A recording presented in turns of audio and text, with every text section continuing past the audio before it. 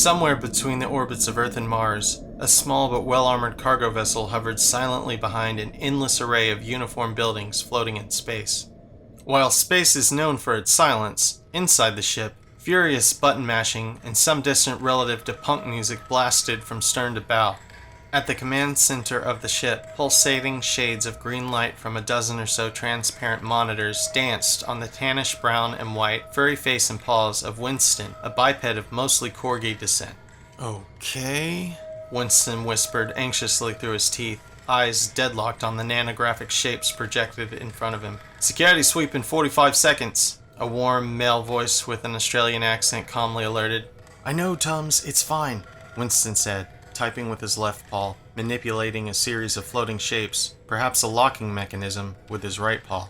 30 seconds, said the voice again. Momentarily stumped, Winston leaned back into his large, articulated pilot's chair. He put his paws over his face and sighed. With his pointy ears laying flat, something they tended to do when he was deep in thought, Winston closed his eyes and focused. He ran his paws, which were in some ways like hands, over his forehead and through his mostly short-cropped hair. "Huck's sake, Winnie!" Tom shouted.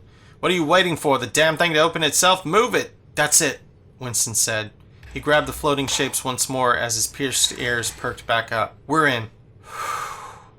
Winston sighed with relief as the mechanical pod bay of USC Warehouse 29982 creaked open just wide enough for him and the spacesuit he had yet to finish zipping up to fit through. Winston tapped a small patch on the shoulder of his suit, causing it to finish zipping itself up. The now zipped suit covered Winston's black The Yo-Yos t-shirt, his favorite band. It was after the red heeler biped lead singer 𝗬𝗏 of this Australian band that Winston had named and modeled the mannerisms of his ship's simulated Sai. Seconds before Winston dropped through the airlock of his ship, a helmet and other gear materialized from the openings of his suit and over his head, tail, and paws. He used his suit's meager built-in propulsion to slowly guide himself to the opening of the warehouse door he had just hacked into.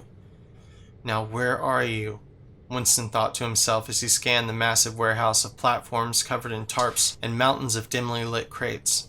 "Tums," Winston whispered to his simulated assistant through his helmet's comm. "Help me out here, buddy. Where are we headed?" Although Tums was merely a simulated Sai, Winston was a talented enough mage, what hackers called themselves in the 2100s, that he was able to recreate much of the advantages of a true Sai within his ship's assistant. True Sai represented genuinely conscious computer systems that were, in this era, impossible to create thanks to the policing of the Super Artificial Intelligence Network Array, or SINA, brought online shortly after the Bipedal Event of 2065. "Right," Tums said. "Well, looks like the intel we received from Tums stopped himself before almost mentioning a name he thought it better to avoid. "From your source. Puts the item of interest right over there." Tums projected a holographic overlay onto Winston's helmet of a vaguely red, blinking object in the far left corner of the warehouse.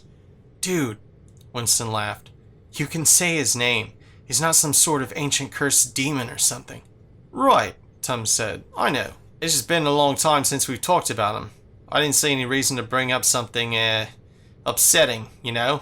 Not at a time like this when you need to stay focused." "Psh," Winston said while sucking in his stomach to shimmy through a very narrow gap between two massive containers. "Upsetting? Who's upset? That guy got what he deserved. Besides, he's been literally traveling as fast as is physically possible away from us in a government Sai-Locked prison ship for more than 7 years. Not worried about it, dude." "Right," Tums said.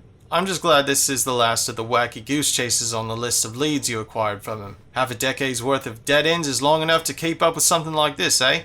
"Tums," Winston said, sneaking through the dimly lit warehouse, sometimes crawling through gaps created from the uneven massive stacked bins, sometimes walking tightly against them. "What?" Tums said. "Don't act like we haven't found lots of cool shit as a result of these excursions," Winston said. "Speaking of, any clues as to what we're looking at yet?" Winston was careful not to overstep the ledge of the platforms and accidentally fall 1,500 feet to the incredibly massive warehouse floor. Normally a drop of any distance, even in a facility where gravity settings had been increased to 1.5 times that of Earth for security purposes, wouldn't be an issue granted one was wearing a modern spacesuit fitted with standard anti-grav safety systems.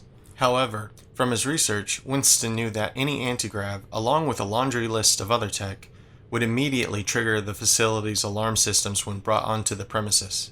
Being a mage of Winston's caliber, he had figured out how to mask the signature of the tools he needed to get the job done. Still, you needed to use those tools sparingly if you intended not to get caught. Activating them at all was a risk in itself, one you didn't take until you had scored the loot and were ready to hightail it out of there. "Tums, hey," Winston said. "I asked you a question. Those fancy vision matrices of yours generate what we're in search of here yet?"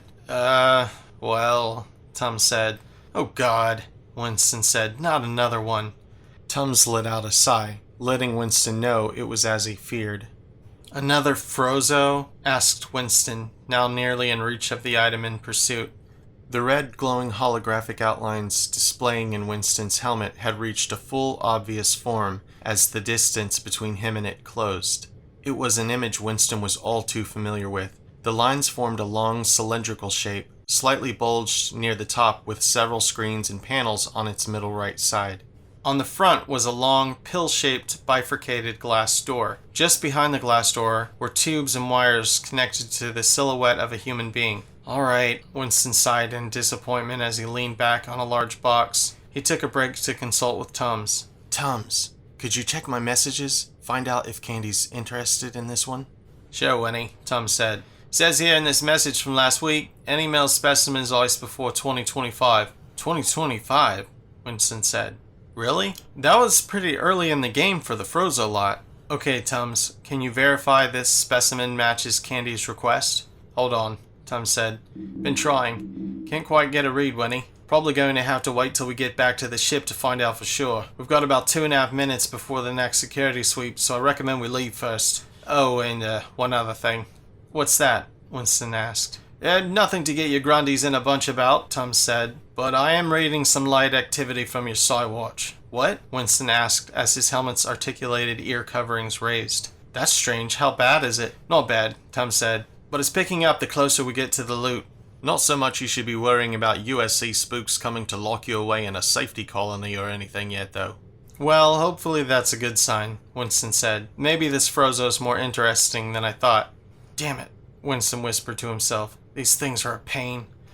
"Okay, buddy, can you get him back to the 4x4 for me?" "Can do, Winnie," Tums said. "Just throw me some wheels and I'll take care of the rest." Tums projected a green glowing thumbs-up graphic in Winston's helmet. Winston reached into his left large leg pocket to grab 3 hockey puck-sized devices. Activating each device required Winston to press his thumb against the surface and make a circular swiping motion. After doing so, a small light on each device began to glow, signaling to Winston that the anti-grav plates, wheels, as they were sometimes called, were ready to do their job. The wheels immediately hovered away from Winston's paws and towards the bottom of the tarp covering the high-tech sarcophagus in front of him. Even in the very dim lighting of the warehouse, Winston could see a cloud of dust puff around the sarcophagus as the wheels worked their way under the tarp to secure it. He wondered how many decades must have passed without a soul touching the person in front of him. "Got it," said Tums. Before Tums could finish his 2-word sentence, Winston was already headed towards the exit. "No time for safety, Tums," Winston whispered through his teeth. "Hurry up!" "Activating those anti-gravs, even firewalled with majory like mine, means we've tripled the risk of getting caught before the next security sweep." "I'm aware of that, Winnie," Tums said. "Doing my best. You usually give me 4 or 5 wheels for something of this weight. I'm struggling to get this bugger off the ground." "Sorry, Tums," Winston said. "There's been a lot of rumors lately about security tightening up. Probably due to all these damn signer-related break-ins, so we can't." Suddenly an alarm sounded with a thunderous boom. Bright red lights flashed all over the warehouse. Winston had never been caught like this before, but he had studied USC security protocols enough to know what was about to happen next. It was as he feared. A tight grid of lasers quickly manifested over the surface of everything in the huge warehouse. Winston knew he had seconds to act before getting caught in the laser grid. He clenched his teeth and leaped out onto the sarcophagus Tums was piloting 10 or so feet away over the warehouse aisle. He intensely hoped not to miss and fall 1,500 feet down into the lasered-off floor. His speed was off slightly. He missed the sarcophagus by several feet when he jumped and plummeted at 1.5 times Earth's gravity to what he assumed would be his death.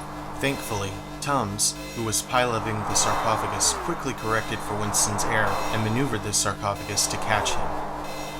"Whoa, whoa, whoa, whoa, whoa, whoa, whoa! Huck me!" Winston shouted. Thanks, Tums.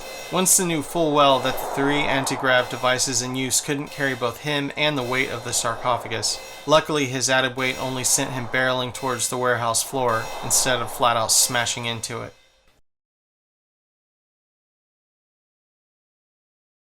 Hey, it's the author and narrator here, Seth Fentress. I hope you've enjoyed this little bit of a reading from the book. The book is available on Amazon. For now, you can get it either as a paperback or you can download it to your Kindle Fire, Kindle Paper, your Kindle device, or on an Android tablet or phone via the Kindle app. Or you can just type in to your web browser amazon.com/author/Seth Fentress.